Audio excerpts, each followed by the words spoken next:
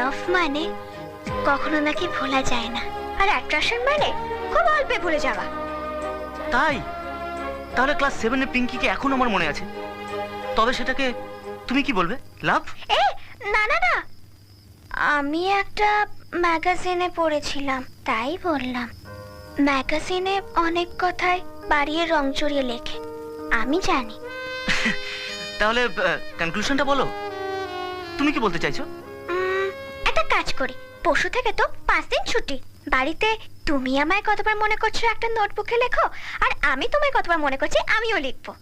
তারপর ডিসাইড করব এটা লাভ না অ্যাট্রাকশন। এই প্রসেসটা নিশ্চয়ই কোনো ম্যাগাজিন থেকে ছাড়া। আরে না বাবা, তাহলে এই কথাই থাকলো। এই হ্যাঁ, আর একটু থাকো না। আইজার না এখন যাই।